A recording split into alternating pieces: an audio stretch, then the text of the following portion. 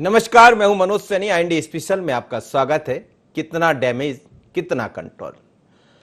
Bharatiya Janata party में क्या सब कुछ ऑल इज वेल हो गया? बीते कुछ दिनों से सोशल मीडिया पर जो खबरें वायरल हुई, सोशल मीडिया के जरिए जो वीडियो सामने आए, सवाल जरूर उठे, लेकिन भारतीय जनता पार्टी के भीतर ही खलबली मच गई। चर्चा ये भी चली, कई दौर की मेल मुलाकातें हुई, अलग अलग नेताओं के मिलने का सिलसिला चला।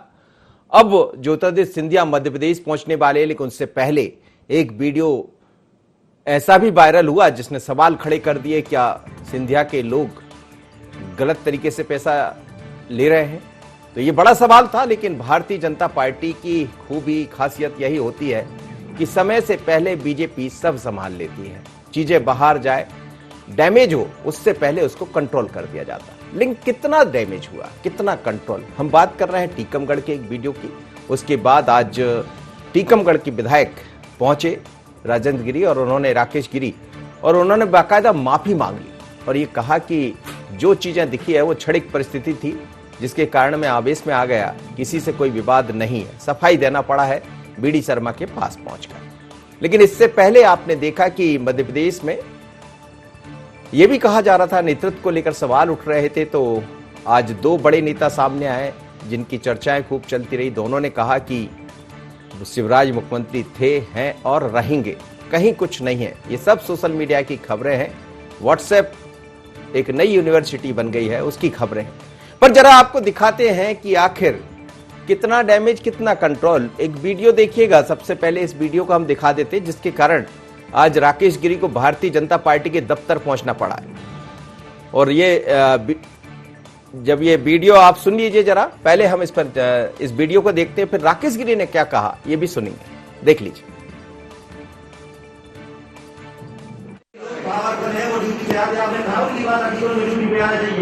गरीबों का शोषण हो रहा है, उसकी बात रखते हो। आज आप अपने प्रेस कॉन्फ्रेंस बाहर करेंगे और ये अच्छी बात नहीं है। हम शिवराज सिंह के और शिवराज के मैं कह रहा हूँ, आप मंत्री जी ने धमकी दी है, तो हम इसे इस्तीफा दिला दे, हम इस्तीफा देंगे। हम दबने वाले नहीं है, हम शिवराज सिंह के। और सांसद जी जो आप कह रहे हो ये गलत है। आपसे मेरा आपके आरक्षण किसी का लगे, हमें लगे आपको पढ़ना चाहिए। आप पिता को लो, आपकी जो भूमिका है वो ठीक नहीं है। आपको पिता की भूमिका में कि नहीं। आपने मंत्री जी से कहा कि आपने इतना डाटा था विकास यादव वो आदमी मैं जानता हूँ, सिंधिया के नाम पर चंदा लिखा है, चंदा दे रहा हूँ इसको। कहता है कि बीजेपी मिला, इसके घर के सामने लौट जाओ, ब्राह्मणों के अत्याचार करता है, ब्राह्मण के घर के सामने खड़ा है, सिंधिया के नाम पर ये दवा के बाद मैं भ्रष्टाचार नहीं सुना। मुझे चाहे पार्टी दिखा रहे, मुझे विधायक बना दे, और लेकिन इन लोगों ने करोड़ काम मिला जो देखा। आप देख रहे हैं कि भारतीय जनता पार्टी के विधायक राकेश गिरी इस तरह टेबल ठोकते नजर आए थे, और वहां जब प्रभारी मंत्री पहुंचे तो उनके सामने जिक्र किया सिंधिया का कि क्या सब कुछ सिंधिया है और शिवराज जी कहां है। कुछ फोटोग्राफ्स और बाकी चीजों को लेकर उन्होंने सवाल उठाए थे। यह वीडियो खूब वायरल हो गया। फिर यह चलने लगा क्या बीजेपी में गुटबाजी दिखाई दे रही है। पर जैसे ये बात सामने आई तो फिर BD शर्मा, भारतीय जनता पार्टी के प्रदेश अध्यक्ष, ने इसको गंभीरता से लिया। 2 दिन बाद ही बुधवार को ज्योतिरादित्य सिंधिया भी पहुंचने वाले, लेकिन उससे पहले डैमेज का सिलसिला शुरू हुआ। और फिर कैसे बदल गए राकेश गिरी, अब सुन लीजिए राकेश गिरी को।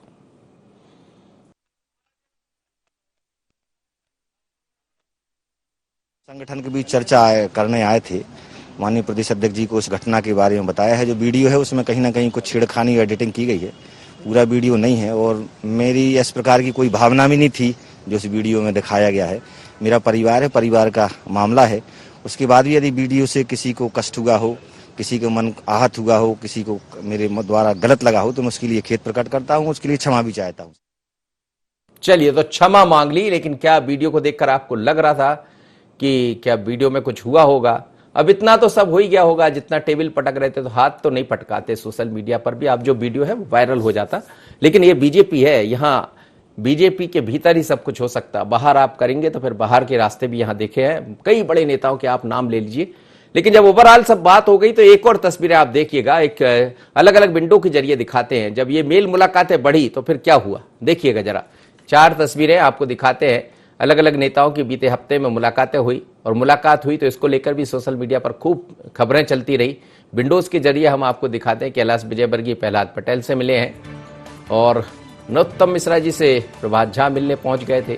प्रहलाद पटेल और कैलाश विजयवर्गीय जी की भी मुलाकात हुई। वी डी शर्मा और नरोत्तम मिश्रा जी की भी मुलाकात हुई। नरोत्तम मिश्रा जी और कैलाश विजयवर्गीय जी की भी मुलाकात हुई और कैलाश जी और वी डी शर्मा भी मिले। जब ये तस्वीरें सामने आने लगी तो अलग अलग तरह की चर्चाएं चलने लगी। सोशल मीडिया पर अपने तरीके से लोग कहने लगे, हालांकि ये संभव ही नहीं है कि मध्य प्रदेश में किसी तरह का नेतृत्व परिवर्तन होगा, क्योंकि दूसरी लहर हमने देखी जिसमें भारतीय जनता पार्टी की सरकार ने काम किया, उसके रिजल्ट हम सबके सामने हैं। और शिवराज जी वैसे भी बहुत संवेदनशील है, मुख्यमंत्री है। पर अब जब ये बातें सामने आई है तो क्या कहा प्रदेश अध्यक्ष वी डी शर्मा ने और जो तस्वीरें में दिखाई दे रहे हैं उनका क्या कहना। सबसे पहले आप दो विंडो के जरिए अलग अलग सुन लीजिए। डॉक्टर नरोत्तम मिश्रा ने क्या कहा है और कैलाश विजयवर्गीय ने क्या कहा, जो इन तस्वीरों में नजर आ रहा है, सुन लीजिए। भारतीय जनता पार्टी पूरी तरह से शिवराज सिंह जी और बी डी शर्मा जी के नेतृत्व में एक है, संगठित है। माननीय शिवराज सिंह जी मुख्यमंत्री थे, माननीय शिवराज सिंह जी मुख्यमंत्री हैं, माननीय शिवराज सिंह जी मुख्यमंत्री रहेंगे। ये सामान्य मेल मुलाकात है।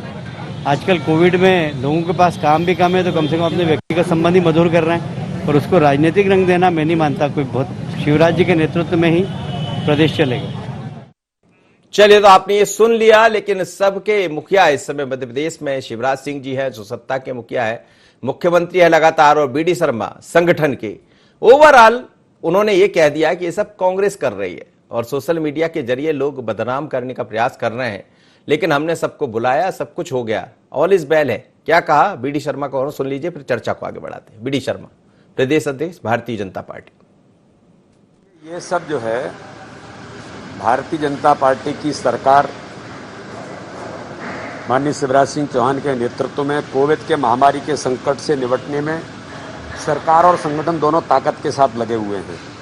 हमारा टारगेट है कि अभी जिस प्रकार से हमारी सरकार ने जो पूरा कंट्रोल किया है, आगामी समय में जो संभावनाएं व्यक्त की जाती हैं कि कल कोई ऐसी समस्या ना आए कि थर्ड वेव आए, वैसे तो भगवान करेगा नहीं आएगी, लेकिन हमारी सरकार, माननीय मुख्यमंत्री, हमारे पूरा प्रशासन और भारतीय जनता पार्टी का संगठन भी अभी इस तैयारी में पूरी ताकत के साथ लगे हैं कि इस प्रकार की चीज़ों से कैसे आगे निपटा जाएगा। सोशल मीडिया पर और ये सारी बातें, मिलना जुलना तो सहज होता है लोगों का एक दूसरे के साथ, मनुष्य हैं तो आपस में मिलेंगे ही, तो इसलिए ये बिल्कुल अनर्गल। और कांग्रेस इसमें कहीं न कहीं एक अनर्गल बातें करने का जो प्रयास करती है, ये दुष्चक्र करने का प्रयास कांग्रेस जो कर रही है, ये मैं इसको ठीक नहीं मानता। टीकमगढ़ में कुछ घटनाक्रम हुआ था, उसको लेकर के मैंने टीकमगढ़ के अपने सभी जो वहाँ के जिलाध्यक्ष हैं, वहाँ के विधायक हैं, राकेश गिरी, उनको सबको बुलाया था, उनसे बात हुई है और सारी बातों का समाधान ठीक से निकलेगा। ये थे प्रदेश अध्यक्ष भारतीय जनता पार्टी के, जिन्होंने कहा कि सोशल मीडिया पर चीजें वायरल होती रहती है, कांग्रेस भी इसमें कुछ ठीक नहीं कर रही, मैं इसको ठीक नहीं मानता। और जहां तक टीकमगढ़ की बात है, उस पर भी उन्होंने विराम लगा दिया। और यही भारतीय जनता पार्टी है, यहां जितना डैमेज जितने जल्दी किया जाता है, उससे तेज इस पर कंट्रोल कर लिया जाता है। इसीलिए तो कितना डैमेज कितना कंट्रोल। संदीप मिश्रा मेरे साथ जुड़ रहे हैं, हमारे ब्यूरो चीफ। संदीप, क्या कहेंगे ओवरऑल आज का पूरा दिन ऐसा लग रहा है कि एक रणनीति के साथ भारतीय जनता पार्टी ने, चाहे बाकी दूसरी अटकलें चल रही हो प्रदेश को लेकर, या फिर जिस तरीके राकेश गिरी का वीडियो वायरल हुआ, उसके बाद कई तरह की चर्चाएं देखने को मिली, सिंधिया भी आने वाले, उससे पहले सब कुछ कंट्रोल।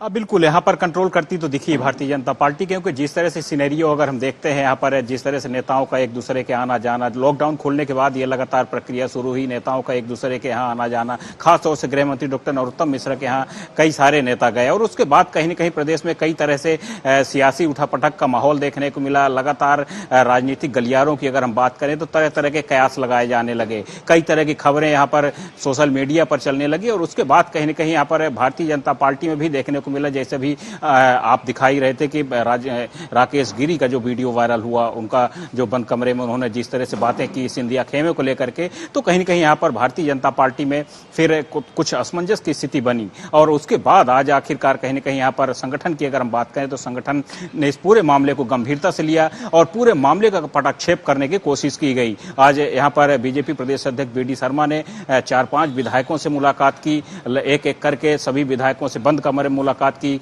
और जो राकेश गिरी का मामला रहा, राकेश गिरी का सीधे जब बैठ करके बात हुई तो उसके बाद जब बाहर आए तो वो सीधे माफी मांगते नजर आए। उन्होंने खुद गलती स्वीकार की और उन्होंने कहा कि कहीं न कहीं जाने अनजाने में उनसे गलती हुई है और उसको लेकर के वो क्षमा प्रार्थी हैं। उनकी मंशा नहीं थी किसी को दुख पहुंचाने की, किसी को ठेस पहुंचाने की, तो उन्होंने खुले तौर पर यहाँ पर माफी मांग ली है। यहाँ पर बीजेपी प्रदेश अध्यक्ष ने इन बातों को भी खुले तौर पर कहा। जो नेताओं के यहाँ आना जाना चल रहा है तो उनका भी खुले तौर पर यही कहना था कि जो थर्ड वेव की बात आती है, हालांकि ये थर्ड वेव ना आए, लेकिन अगर ये आती है तो उसकी तैयारियों को लेकर के भी यहाँ पर लगातार संगठन और सत्ता के नेता लगातार बैठकें कर रहे हैं और उसी को लेकर कहीं न कहीं कांग्रेस कुचक्र रचने की नहीं, कोशिश लेकिन कर रही है। ये जो आप अलग अलग विधायकों की बात कर रहे हैं संदीप, इनके भी कुछ मामले थे क्या? कि राकेश गिरी का तो चलिए बड़ा क्लियर है कि वीडियो वायरल हुआ, तो बाकी जो विधायक थे इनसे भी कोई शिकायतें थी जिसको दूर कर दिया बीडी शर्मा जी ने?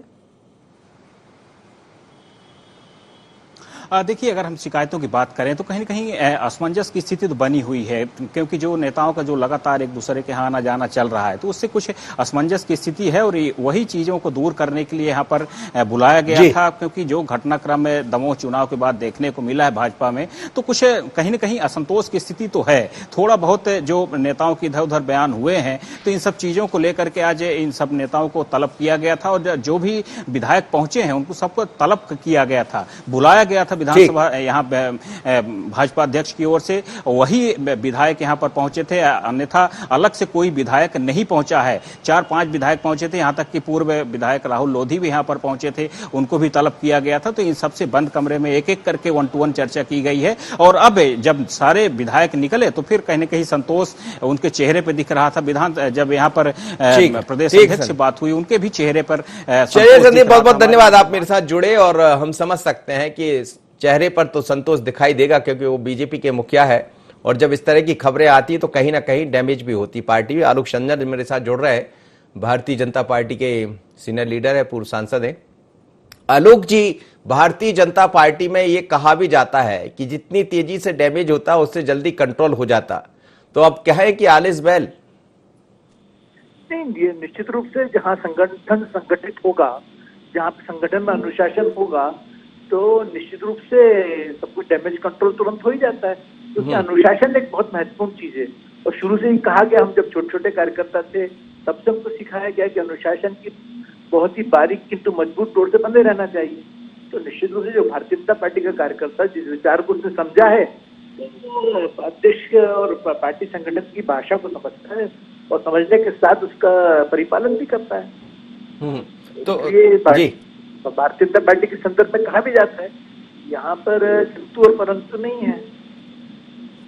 जहाँ जिसको लगता है तो संगठन उसको समझाता है, उसको समझ में आती है बात। लेकिन बीडी शर्मा जी कह रहे थे कि जितना सोशल मीडिया पर चीजें आई है उसमें कांग्रेस का भी बड़ा एक रोल रहा है, तो ऐसे कदम नहीं उठाना चाहिए कांग्रेस को। देखिए, कांग्रेस के पास करने को है क्या? कांग्रेस में आप यदि देखोगे उनकी आपसी फूट, उनको तो सोशल मीडिया में नहीं, वो तो खुद ही उजागर करते हैं। अभी पिछले दिनों आप सबने हमने देखा, आपके समाचार चैनल पर भी देखा कि राहुल भैया ने अपने प्रदेश अध्यक्ष कमलनाथ जी के संदर्भ में क्या बात कही। तो वहाँ अनुशासन नहीं है, लेकिन वस्तुतः हमें कांग्रेस से लेना देना नहीं। लेकिन पूरी बात जो बीडी शर्मा जी ने कही, अध्यक्ष जी ने जो बात कही है वो वाकई सही है कि आप अपना घर देखें। और सोशल मीडिया को लेकर मैं अपने स्वयं के मेरे विचार हैं कि मैं इसको बहुत सीरियसली लेता नहीं हूँ, क्योंकि सब जितनी भी बातें उसमें आती हैं वो 99% जो ऐसी बातें होती हैं जिसका कहीं वजूद ही नहीं होता है। एक कोई लिखता है, उसको फिर फॉरवर्ड किया जाता है, कॉपी पेस्ट किया जाता है। तो ऑथेंटिसिटी जो है वो सामने जब आए तो उस पर हम चर्चा कर सकते हैं। सोशल मीडिया की बात पर तो मैं कभी चर्चा करता भी नहीं हूँ। जी चलिए, फिरोज सिद्दीकी मेरे साथ जुड़ गए। फिरोज सिद्दीकी जी, भारतीय जनता पार्टी में जो चल रहा था उन्होंने कह दिया कि सब कंट्रोल में हो गया और कहीं कुछ नहीं है, ऑल इज वेल है। और इस ऑल इज वेल के पहले जो डैमेज किया जा रहा था उसमें आप लोग की भूमिकाएं भी ठीक नहीं थी, ऐसा लगता है बीजेपी को? बीजेपी को लगता है तो गलत लगता है। दुर्भाग्यपूर्ण विषय ये है कि कोविड में जनता त्राही त्राही कर रही है। अभी लाखों लोगों की मौत हुई है और प्रदेश में भी हुई है, और अभी भी वर्तमान में ब्लैक फंगस की स्थिति खराब है। आर्थिक कोरोना से लोग त्राहिमाम में बेरोजगार है। भारतीय जनता पार्टी में सत्ता संघर्ष, कुर्सी का संघर्ष चल रहा है। और ये बात कोई कांग्रेस ने कहा था क्या कि प्रभात झा जी जाके नरोत्तम मिश्रा जी से मिले, कैलाश विजयवर्गीय मिले, बैठकों के दौर तमाम चल रहे थे। तो अफवाह नहीं है, जब कहीं आग होती है तो ही धुआं उठता है, और ये घटनाक्रम तो पिछले एक हफ्ते से चल रहा है। इसमें कांग्रेस की भूमिका लेकिन जहां से धुआं उठ रहा था वो सब कह रहे हैं कि जो थे वो हैं और रहेंगे। देखिए, नेतृत्व परिवर्तन की बात नरोत्तम मिश्रा जी कहें, वीडी शर्मा जी कहें, ये बात मेरे गले नहीं उतरती। या तो हाईकमान बहुत कमजोर हो गया है भारतीय जनता पार्टी का, इसलिए मध्य प्रदेश में ही सारे निर्णय ले लिए जाते हैं। कहना है तो मुरलीधर राव जी कहें या जेपी नड्डा जी कहें, ये बात तो समझ में आती है। क्योंकि अगर हमारे यहाँ कोई परिवर्तन करना है तो ये हम लोग नहीं कहते। कभी भी आप देख लीजिए, चैनल्स पे आप पूछते हैं कि आपके यहाँ पीसीसी चीफ कब बदलेगा, ये कब होगा, हम कहते हैं ये निर्णय दिल्ली को करना है। तो ये इन्होंने खुद ने ही यहाँ से ये बात कह ली। इसका मतलब है कि कोई ना कोई संचय है, कुछ ना कुछ खिचड़ी जो है वो यही तो यहाँ होता है बीजेपी में कि जब डैमेज की बात होती है तो कंट्रोल भी कर लेते हैं। आप क्या, थोड़ा कंट्रोल होने में टाइम लग जाता। नहीं, डैमेज कंट्रोल हुआ कहाँ है? अगर नेतृत्व परिवर्तन नहीं हो रहा है तो ये बात मुरलीधर राव जी को बोलना चाहिए, क्योंकि दिल्ली के ही निर्देश पे परिवर्तन होता है, दिल्ली के ही निर्देश पे ये सारी गुवाहाटें चालू होती है। अगर इतनी नेताओं में बैठकों का दौर चल रहा है, एक नेता कह रहे हैं कुछ, एक कह रहे हैं कुछ, एक कह रहे हैं हम तो खाली कोरोना के बाद। लेकिन आज सब लोग एक जैसा कह रहे हैं, ये भी तो दिल्ली का ही कमाल होगा। आज सब लोग एक जैसा कह रहे हैं तो कहीं ना कहीं इसका मतलब है कि सारे गुट एक साथ लामबंद होके एक बात में एक राय करके सलाह मशवरा करके कुछ। मैं लौट रहा हूँ, सुरेश शर्मा जी मेरे साथ जुड़ गए हैं, वरिष्ठ पत्रकार हैं। सर, कई दिनों से हम लोग बातें कर रहे थे, हालांकि ये भी हम हमेशा कह रहे थे कि ये सब बातें हैं, बातों का क्या, पर आखिरकार वही हुआ और यही बीजेपी है। देखिए मनोज जी, आपको याद होगा आपने 10:30 बजे मुझे अपने कार्यक्रम में जोड़ा था, तो मैंने ये कहा था कि भारतीय जनता पार्टी में नेतृत्व परिवर्तन की ये परंपरा नहीं है, क्योंकि मुलाकातें होंगी, मुलाकातों के बाद चर्चाएं होंगी, चर्चा के बाद सोशल मीडिया पर आएगी, सोशल मीडिया से राजनीति में आएगी। मुझे कभी भी, मेरा 30-32 साल का अनुभव है और मैंने नजदीक से बीजेपी को कवर किया है, तो मुझे ये मालूम है कि भारतीय जनता पार्टी में जब नेतृत्व परिवर्तन होना होता है तो वो चुपचाप जो है वो रावत को बुला के कहते हैं इस्तीफा दे दीजिए, और जो है ये दूसरे महानुभाव जाके दूसरे तीसरे दिन शपथ ले लेते हैं। तो ऐसी स्थिति नहीं बनी। कैलाश विजयवर्गीय जी लंबे समय से पश्चिम बंगाल के दौरे पर थे। मध्य प्रदेश में उनका जो एक एटमॉस्फेयर बनना चाहिए था या बनता रहा था, वो एटमॉस्फेयर है या नहीं है, उसको देखने के लिए उन्होंने ये सारी बिसात बिछाई थी, और उन्होंने अपने ताकत को महसूस किया कि वो सोशल मीडिया में भी लिए जा सकते हैं, नेताओं के द्वारा भी बातें की जा सकती हैं। अनुमान ये भी खबरों का बन जाता है कि उनके द्वारा जब चालू की गई मुलाकातों का दौर, तो कहीं ऐसा तो नहीं हो कि राष्ट्रीय महासचिव मध्य प्रदेश में कोई बदलाव की स्थिति निर्मित हो। तो ये सब बातें मैंने तो आपके यहाँ पहले ही दिन कहा था कि ऐसा कुछ होने वाला नहीं है। और एक चीज आप देखिए मनोज जी, बहुत सीरियसली इस बात को समझने की आवश्यकता है कि जहां नेतृत्व है, यानी कि भारतीय जनता पार्टी का मुख्यमंत्री यदि है तो वो संगठन का अध्यक्ष, संगठन महामंत्री, और अभी मध्य प्रदेश में सह संगठन महामंत्री मध्य प्रदेश भी हैं। तो ये चारों लोग जब असहमत होंगे किसी भी, ये या चारों में से असहमति पैदा होगी, तब जाकर के कहीं बदलाव की स्थिति निर्मित होगी। ये चारों एकजुट हैं। इनके एकजुट होने का सबसे बड़ी बात यह है कि नरोत्तम मिश्रा जी के यहाँ पार्टी अध्यक्ष गए, उन्होंने वहां मुलाकात की, मुलाकात करने के बाद वो सीधे सीएम हाउस गए और उसी समय जो है सारे वातावरण की हवा निकाल दी गई थी। ये आप सकते और मैं भी समझता हूँ जी। तो इसलिए ये केवल सिंधिया के आने से राकेश गिरी भी बोल रहे हैं कि अब मैंने ऐसा कुछ नहीं किया, क्षमा प्रार्थी हो गए। नहीं, राकेश गिरी की इतनी बड़ी हैसियत तब से हो गई कि वो सिंधिया पर आरोप लगा दे, और इस तरह के आरोप लगाने का तात्पर्य सार्वजनिक जीवन में इस तरह का आरोप जो है कभी सार्वजनिक पार्टी का कार्यकर्ता लगाता ही नहीं है। उनको कहना था तो यह कहते, या फिर अब कह दिया है तो डटे रहे और प्रमाण लेकर के आए। तो मुझे ये लगता है कि कई बार आदमी सुर्खियों में आने के लिए बहुत बड़े कद के व्यक्ति के ऊपर आरोप लगा देता है और फिर भाग जाता है।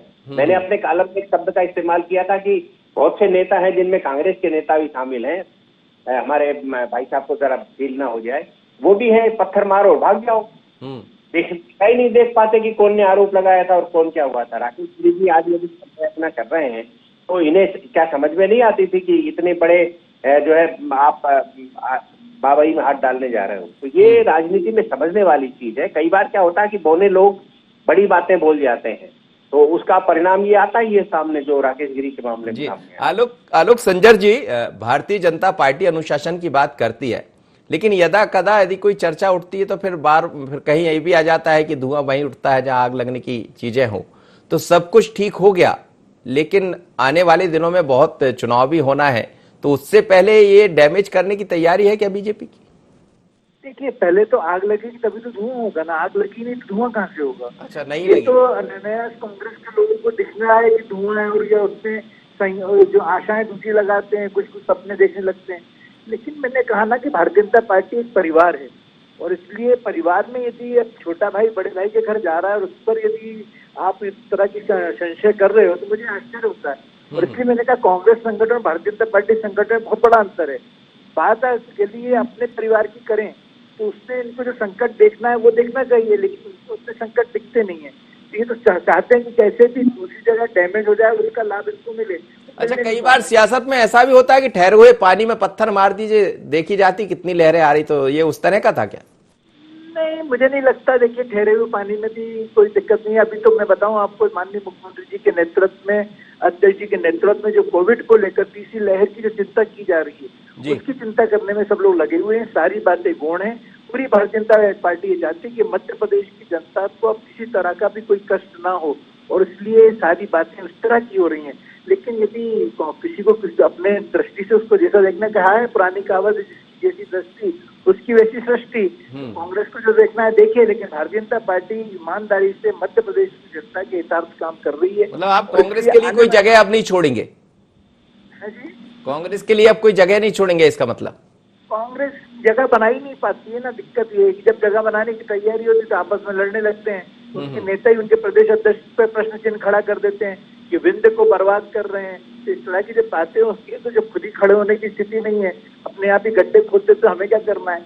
बल्कि हम तो ये कहते हैं कि हम तो ईश्वर की कृपा है भारतीय जनता पार्टी संगठन पे कि हमारे पास इतना कुशल नेतृत्व है कि इसके लिए हम लोगों किसी के संदर्भ में चर्चा करने का बस समय नहीं है। हम अच्छे काम करने के लिए आगे बढ़ते जाते हैं। वही मंत्र है हमारा, चरैवेति हम बढ़ते चले जा रहे हैं। रोज सिद्दीकी जी, आपके सामने यही है कि जो कह रहे हैं आलोक संजर जी कि आपके यहाँ राहुल भैया अजय सिंह जी ने कुछ सवाल खड़े कर दिए और वो पार्टी के अंदर ही बवाल भी मच गया।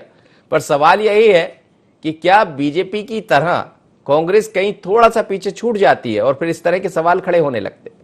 देखिए, कांग्रेस जो है एक लोकतांत्रिक पार्टी है। हर कार्यकर्ता को अपनी बात कहने का अधिकार है, हर नेता को अपनी बात कहने का अधिकार है। मुझे तो तरस आता है और मुझे लगता है कि आज कुशाभाऊ ठाकरे की आत्मा बहुत रोती होगी जिन्होंने इस कार्यकर्ता को देर दुर्लभ बोला था।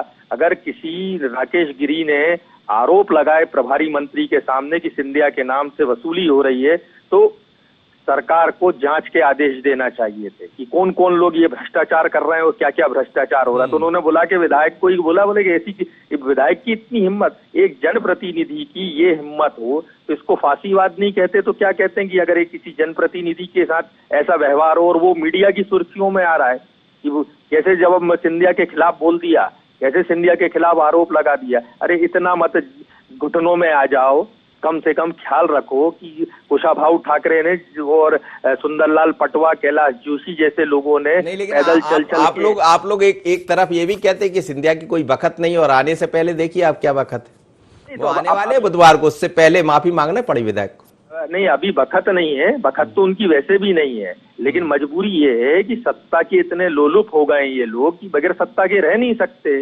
अगर सिंधिया जरा सी आंख टेढ़ी कर देंगे तो ये अभी घर भागते फिरेंगे। तो इनको मजबूरी है ये कि ये कुशाभाऊ ठाकरे की भारतीय जनता पार्टी नहीं है। मैं आज भी कहता हूँ ये तो कुछ लोगों का एक छोटी सी टिप्पणी सुरेश शर्मा जी, क्या सब कुछ मैनेज हो गया, कंट्रोल हो गया? नहीं, भारतीय जनता पार्टी में मैनेज करने की ताकत ज्यादा है, लेकिन मैं एक टिप्पणी अवश्य करूंगा कि यदि कांग्रेस इतनी ही लोकतांत्रिक पार्टी है कि प्रदेश अध्यक्ष के खिलाफ कोई बोलता है तो मानस अग्रवाल जी को क्यों निकाला गया? क्योंकि उन्होंने तो ये कहा था कि आप विचारधारा से विपरीत लोगों को लेकर के आए हैं पार्टी में। ये सवाल उठाना मुझे लगता है जायज है। जो सावरकर और हिंदू महासभा के पक्षधर व्यक्ति को जो कांग्रेस में दिया तो मानस अग्रवाल ने सवाल उठाया, उस पार्टी से 6 साल के लिए निकाल दिया। यहाँ तो बड़ी लोकतांत्रिक पार्टी बन गई कांग्रेस। तो मुझे लगता है कि जिसको में दम है, और अब राहुल भैया को निकाल के बताएं, समझ में आता है दिल्ली के अंदर कांग्रेस साफ हो जाएगी। तो जिस आदमी में दम है उस आदमी के खिलाफ कार्रवाई करने की हिम्मत नहीं होती, लगभग राजनीतिक पार्टियों में नहीं होती। मैं ये नहीं कह रहा हूँ कि केवल कांग्रेस में। जयंत वालिया के खिलाफ आज तक भाजपा ने कार्रवाई क्यों नहीं की? इसलिए नहीं की कि जहाँ दम है वहां दम है। तो ऐसी स्थिति में ये कहना कि लोकतंत्र, कोई लोकतंत्र नहीं होता जहाँ चुनाव नहीं होते बरसों तक, काय का लोकतंत्र है? चलिए सर, बहुत बहुत धन्यवाद आप सभी मेहमानों का मेरे साथ जुड़े। लेकिन मध्य प्रदेश में भारतीय जनता पार्टी बीते कुछ दिनों से चर्चाओं में बनी हुई थी कई मुद्दों को लेकर। खासकर जब राकेश गिरी का वीडियो सामने आया तो फिर सवाल उठने लगे, क्या सिंधिया को लेकर लोगों में नाराजगी है भारतीय जनता पार्टी के भीतर ही? लेकिन प्रयास किया आज बीजेपी ने और एक तरह से कहा जाए तो उसको डैमेज कर दिया। पर सवाल यही है कि डैमेज पर कंट्रोल तो हुआ है, लेकिन कितना कंट्रोल? क्या सब कुछ कंट्रोल में है? तो ये भी भारतीय जनता पार्टी बेहतर तरीके से समझ पा रही होगी। लेकिन इतना जरूर है कि बीजेपी की यही खासियत है, यदि कहीं से कुछ दिखता है तो देर नहीं लगती उसको कंट्रोल करने में। और शायद ये बहुत सारे आज उदाहरण देखने को मिल रहे हैं। चाहे सरकार को लेकर बातें उठी हुई तो फिर सबको कहना पड़ा आके, और दूसरी तरफ संगठन में भी यदि चीजें सामने आई तो उसमें भी माफी मांगनी पड़ी। कितना डैमेज, कितना कंट्रोल? मुझे दीजिए इजाजत, बने रहिए IND24 पर।